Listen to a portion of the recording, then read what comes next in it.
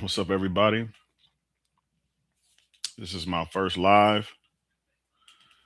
Welcome to Oko's Garden.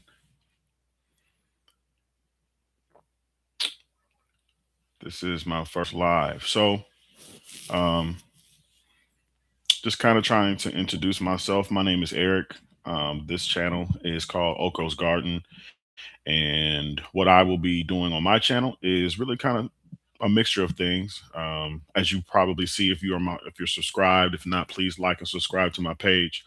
I'm really interested in AI, so you see some funny AI um, shorts that I've created for the past few months. I'm really enjoying that. So more to come with that. But really, this channel is going to be about growing your own food. For those who are very interested in agriculture, to really honestly take you on my journey or where I want to end up in the agriculture industry. And me being, you know, dedicated to the 9 to 5, and me wanting to escape my 9 to 5 into what I'm really passionate about. So this is really what I'm going to be doing on my channel. Also, a couple other things, really just highlighting food deserts, also food swamps, explaining the difference between the two, and really us going around showing where the food spots are. So excuse me. So I just want to make sure that I'm giving good information, um, inspiring folks who are interested in the same things that I'm interested in. And also, not only that, creating solutions for the things that we're trying to create solutions for. So, with that said, what I really wanted to talk about today is the 2026 growing season. Um, the 2025 growing season for me. Well, let me back up a little bit. I did introduce myself as far as my name, but let me give you some background on me. So, I am originally from Ohio, born and raised. I lived in a couple states throughout my years, throughout me growing up. I'm 40 years old. I have 3 boys. Um, Very blessed to be a dad to them. We are all into basketball, so I'm a basketball coach as well. I coach fifth graders. So, um, very interesting age group to coach, but honestly, I can't complain. My fifth graders are pretty solid. So I'm really enjoying the 2026 season. Um, right now, I am currently looking to leave right now, currently, I'm in the health insurance industry. I am in the compliance and regulatory part of the health insurance industry here in Ohio. I've had experience in health insurance for about over 20 years now. So this is pretty much what I do. So although I've been blessed to have the position that I have, I've been um, blessed to move about corporate America. Me, be me being where I am today. Even though I thought that that's the goal that I wanted to achieve, it really isn't. And to give a background to why I am where I am today is it all started when I moved to Tampa, Florida. Moved to Tampa, Florida with my family. Um, how I got into gardening was when I had a major knee injury um, in 2018. 2018, I ruptured my patella tendon, and that is some of the most excruciating pain, the worst pain I've ever been in my life. And if you don't know what that is, so there's various ways you can rupture your patella tendon. My injury consisted of my patella tendon rupturing 100% off my shin bone, a third off of my kneecap, which caused my kneecap to float up my thigh. And we're definitely going to get into that story. Over time, as we start to get to know each other, and we you know come together and have these good conversations, I'm sure I'm going to tell y'all the story about how I ruptured my patella tendon. So to fast forward a little bit, ruptured my patella tendon. An orthopedic basically said, "Hey, Eric, there's no time to this. I mean, there's no quick way to heal. You're going to have to allow time for your body to heal. So you need to find something that you're interested in, or something that you think that could help you bypass time. So I took that information and that advice back, and I thought about it long and hard. And um, I was always raised around my grandparents when I grew up, and one of the things that my grandparents had was a garden. My grandmother had her part of a garden, and then my grandfather had his part. Um, my grandparents were raised in the sticks, Alabama, um, and they had a farm, and they did it the old school way. And so, them moving to Ohio, they were able to keep those practices. And I remember going with them to certain farms and picking greens, green beans, apples, peas. So these are things that, not knowing, my grandparents were planting seeds in me to potentially end up being where I am today, or having or developing that passion for agriculture. So I decided to do agriculture. And how I got started was, I took some closed totes and I poked holes at the bottom, filled it up with dirt. Um, Me thinking about it now, that was a lot of unnecessary dirt because the tote is pretty deep. But you being a beginner, you just said, you know what, I'm gonna just get some soil, pour the soil into the tote, and I'm gonna plant some tomato seeds. So one of the first things I actually start researching was how to germinate seeds. And so I actually started my plants from seed to harvest. I did buy one plant from the grocery, or from the actual hardware store, and there's nothing wrong with that. I'm not trying to be bougie, but there's nothing like growing your own plant from seed, from start all the way to finish. Just because you know what you're doing to it, if it's stressed out or not, or what you're putting in it and feeding it, opposed to you getting it from an actual hardware store like a Lowe's, or or Home Depot. You know, they have pretty good things, but you don't know how or what they put in it. So I really wanted to practice how to germinate seeds and get the seed started from start to finish. Excuse me. So um, I started with my tomato seeds, and then I moved to flowers, just planting anything. And I had two totes. And so the one tote that I had, I started, like I said, I had about five plants for tomatoes, 5 plants of tomatoes, about some flowers. And I actually tried to start growing a pineapple, which was actually working pretty well. But um, we have to ended up, I couldn't finish it because I actually ended up moving back home to Ohio because of my knee injury. So, but that's how I got started. So I got started in Florida, and I started those, and it was successful. And to be honest with you, I didn't put any fertilizer in it. I didn't buy any fertilizer. I just was like, you know what, I'm gonna just water it, and they sustained. They grew. The tomatoes were a little small. You could tell they weren't fed, or or anything. Now that I'm looking back on it, I did have some tomatoes, and I was proud of myself.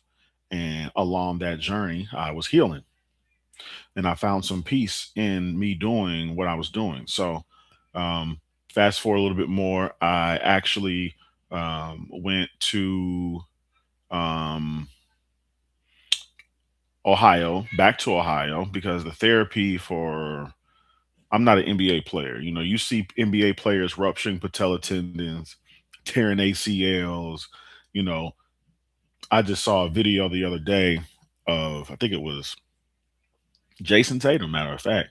He ruptured his Achilles, and this dude is already jumping, dunking already. And I'm like, no, I didn't have access to that type of medical care, nor the money for that medical care. So, I was a regular schmegular working guy that had health insurance through his company, and was getting the therapy in Sun City, Florida, starting at first. And then I moved back home, like I said, to Ohio because the therapy, and um, it was just rigorous, man. And again, that's another story for later on down about the recovery piece to get more detail. But I came back home, moved back home to recover, and it went from two totes to where that I found a place to rent, and it had a really big backyard, and I started cleaning the backyard up.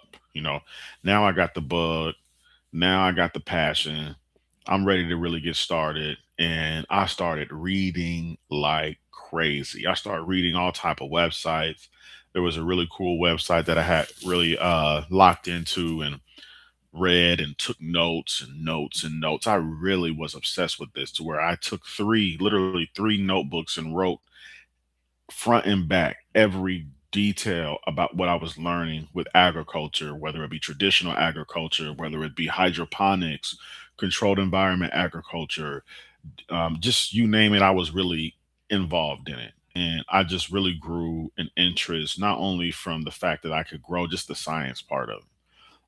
The more you read about agriculture and permaculture, um, it's just amazing how nature is, and how, to be honest, it doesn't need me to sustain. So it just kind of really was an eye opener about how nature worked.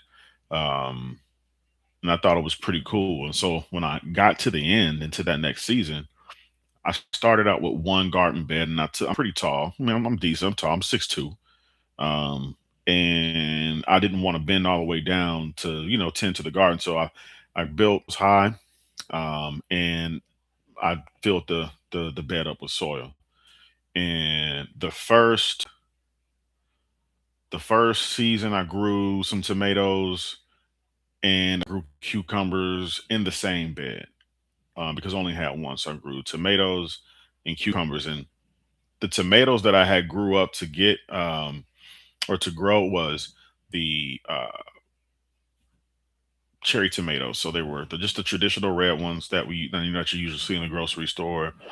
My favorite that I still grow to this day and will continue every season. I'll grow this variety is the Sun Gold cherry tomato, and I grew these yellow bell tomatoes. They're yellow and they're like about this size and they're shaped like a bell. So I grew those. I thought those were pretty cool. And then I grew some English cucumbers. Excuse me. Yeah, English cucumbers for the first year. So started out with that. Um, started out with that, and I had some success. Actually had some success, and honestly, I really, took it serious. So I started feeding the tomatoes, and getting, the proper organic food for it, and putting it under a feeding schedule.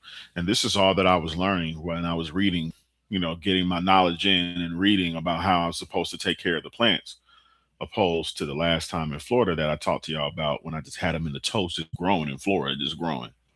It had water and sun. That's all that it had, literally. And then whatever fertilizer or whatever food that was in that soil in the tote. But other than that, I was not feeding it. So definitely did it different that time, put it on a feeding schedule. And I was really successful. I was very shocked about how many tomatoes that I actually was able to actually grow and harvest with this like two or three tomato plants. And I'm like, wow, I really am getting the hang of this, just from the start to finish. And I started from seed all the way to harvest. And I'm like, man, I can do this. So the next year, now remind you, this is when 2020 hit. Yeah, no, I moved in 2019. I moved back home in 2019, found a place. Literally, 2020, I had one garden bed. This is when the world shut down. So I had all the time in the world to go back. I was working from home, to step outside for a second to take a look at my garden and go back into the house to work. So that was a perfect setup for me. So um, I went ahead and did that. Um, went through the season, and that was the season of 2020. And then I started preparing the end of 2020 to get a bigger to grow a bigger garden. I'm like, man, I'm going big at this point. I want to create a business. This is my passion. This is what I really want to do. And so I went from one garden bed to six garden beds. Now, mind you, in 2021, things are still shut down. So there's nobody going into the office for work. There's really not anybody really stirring in the streets really still. If you are, you got a mask on. So, it was still that type of vibe, in 2021. And so I was able to start growing leafy greens the next year. So I grew red Russian kale, was just my favorite, collard greens. I've grew mustard greens and some salad mix. It's like a salad mix, like a variety mix of salad. So those were the leafy greens that I grew. Very successful with that. A lot of people were coming to me asking, "Hey, Eric, you got any more of those greens? Those greens were amazing."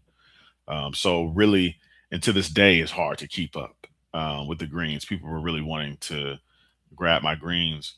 Um, and then I had for my summer crop, I had tomatoes, of course. Then I ventured into the cucumbers, and then I went into the zucchini squash. So the zucchini squash was just a traditional green zucchini squash. And I just bought more tomatoes and grew more variety of a tomato at that point. So I really just started, you know how you get when you're a beginner. Oh man, I'm gonna try to grow this cool thing. Oh, this looks cool. So I'm gonna grow this. So I grew a different variety. I had Cherokee green, Cherokee purple, black cherry tomatoes, still the sun golds. I had sunrise bumblebee cherry tomatoes. Um, I've grown so many different varieties of tomato, man. It's crazy. So that was what I was into the second year, and then I grew bell peppers the second year, and so and jalapenos. So I went jalapenos, um, regular bell peppers, green, red, yellow, and then I found an Islander bell pepper. And the Islander bell pepper is my favorite. It is a signature crop that I do grow in my crop schedule. So that is always going to be a staple. One of the things that's going to always be a staple in my crop is the Islander bell pepper and the sunrise um, cherry tomatoes for sure. Those really have good flavor. So I ended up growing those, very successful. This is the second year. I'm like, dang, man, I really got a green thumb and didn't even know it. And so, after that year, I went on, I started to develop a following on TikTok. I have about 5,000 subscribers. And you can actually go all the way back from when I first started and see what I've been talking about along the journey. So that's a pretty cool thing too. So if you wanted to see what I was really into at that time, go all the way back on my TikTok. It has it from when I started in 2020 all the way up until now. So it kind of gives you the journey of where I've arrived up until this point. So I did that, and at the end of the 2021, we rolled into 2022, and I'm ready now. I'm gonna go. I'm motivated. I'm pumped. So I said, man, 6 beds. Well, let's just double it. 12 garden beds, and so I had 12 garden beds, and man, let me tell y'all, like I it was crazy. I felt that it was kind of crazy that I had to manage the way I managed the crop when I had like 1 to 2 garden beds. That was tough. But I didn't have an irrigation system at that time, so it wasn't on a timer. The where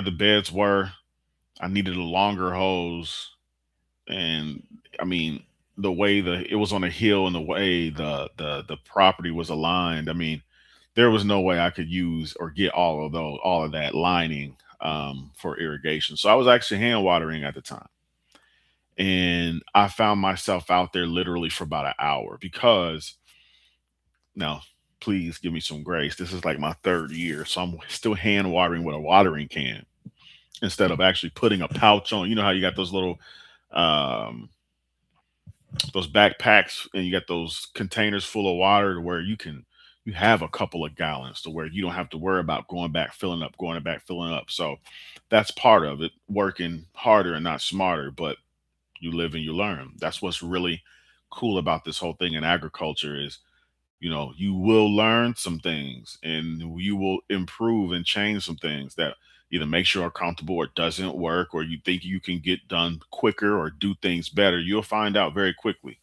um, so I went ahead and did the 12 garden beds, and from 2022 for the last 3 years up until now, I've been growing. I've been making a name for myself, just being in the agriculture industry. And just as a black man, being 40 years old, there are not a lot of us who are really trying to take it serious when it comes to urban agriculture. I live in the city. I don't live in the farm rural areas like like in Georgia or Tennessee. Most of the farmland here, you do have farmland. Of course, I'm in Ohio, but a lot of it is soybean growing and corn and the stuff that they're growing. The corn that they're growing is not for you to eat. These are things that the government is paying them to grow, not necessarily solving a food desert crisis or a food swamp crisis in underserved, densely populated communities. So that's really the passion that I have, and the reason why I'm doing what I'm doing and wanting to do what I'm doing is to create a solution in that area in that regard. Um, so I'm on the journey right now is finding land. I have changed locations since then. I have changed a location to where um, it's a smaller place. We'll talk about the journey of how I got here.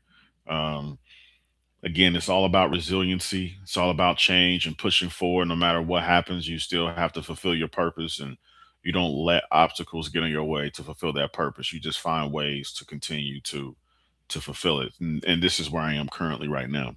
So, um, right now, I am getting ready for 2026 season. Um, we are, when I say we, I mean the whole me and that's it, me. But I'll be growing collard greens.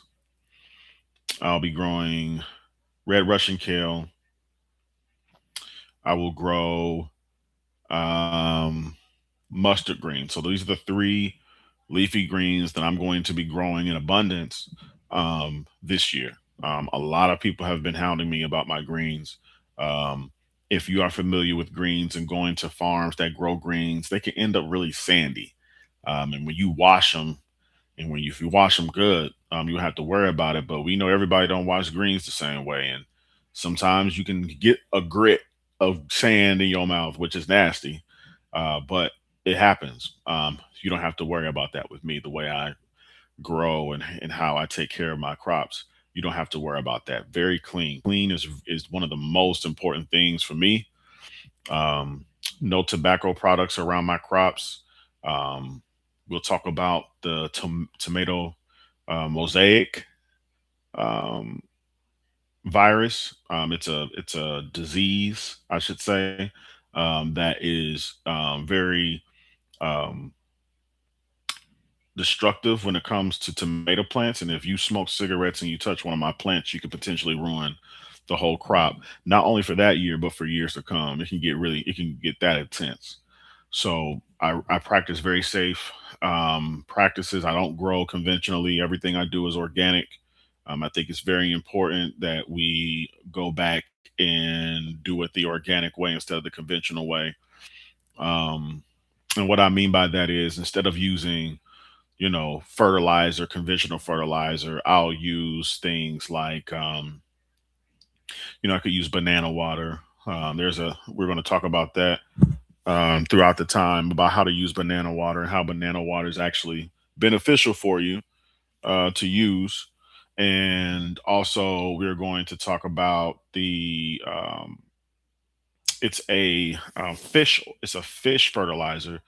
It's Alaska fish fertilizer. I don't get paid promoting it, but that's what I would prefer using because it works the best for me. And that is organic. It's very high in nitrogen, and I usually typically use it on my leafy greens. So we'll talk about all of that though. I'm really excited about starting my YouTube. It's been a long time. I'm telling you, it's been so long where I've been talking about doing a YouTube page for the past 3 years.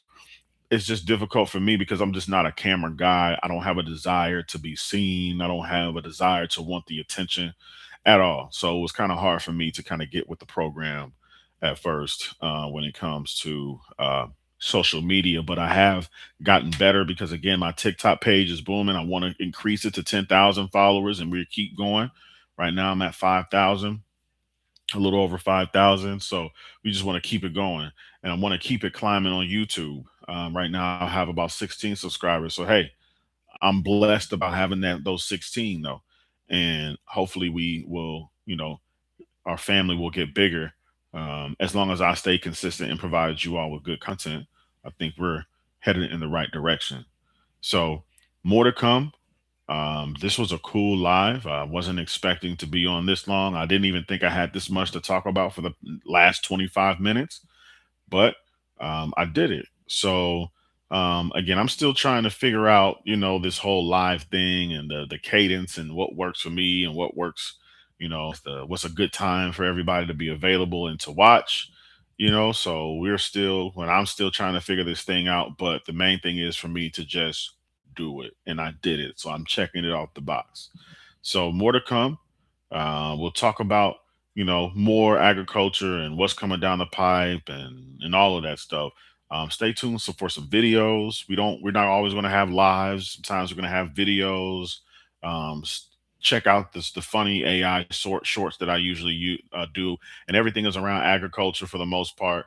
So I just try to create funny, creative, different AI shorts around agriculture, just because that's what I'm passionate about. So I appreciate everyone checking out my live, even though, hey, there's nobody right now on my live and I'm talking to myself, but hey, that's where we're starting right now.